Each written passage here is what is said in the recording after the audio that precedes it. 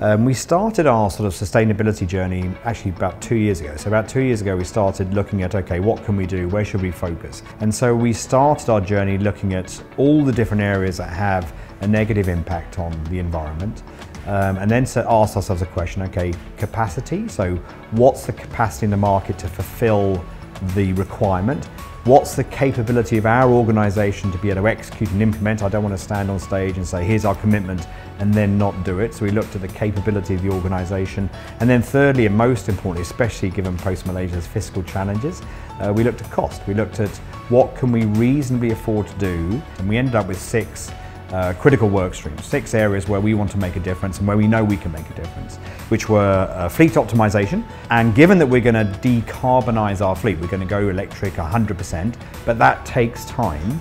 Introduce telematics onto all of our vehicles. So telematics, very, very simplistically, is good in terms of the environment, but also good in terms of safety. Second one is decarbonization of the fleet. Primary goal is by 2030 to be 100% electric or 100% alternative fuels. Third one is waste. We create a lot of waste in our environment, in our sector, whether that be paper, plastic.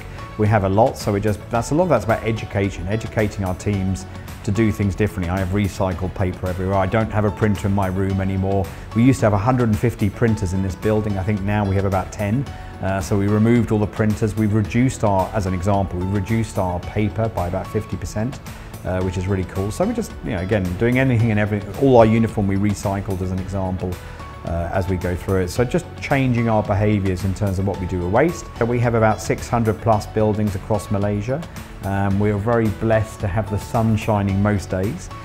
So we have 3 buildings already with SPV, solar panels on them, on those already. And they generate about 20% of our energy.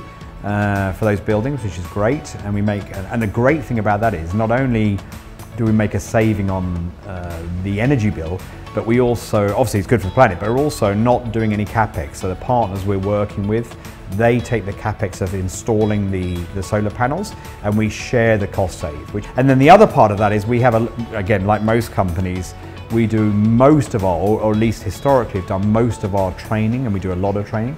But most of our training is physical, but now with VR and other tools that are available, we can do that digitally, which means they can sit at a desk and virtually go through that same training program. And we have cardboard. Our cardboard and boxes were already made from recycled paper, which is really, really good, but the plastic was not. When we wrote the sustainability journey, we saw that as a big opportunity for us to make a difference. So we've converted already those plastic bags now to be from 80% recyclable material. We used to have colours on our bags, so oranges and reds and blues and greens and pinks and all sorts of different colours.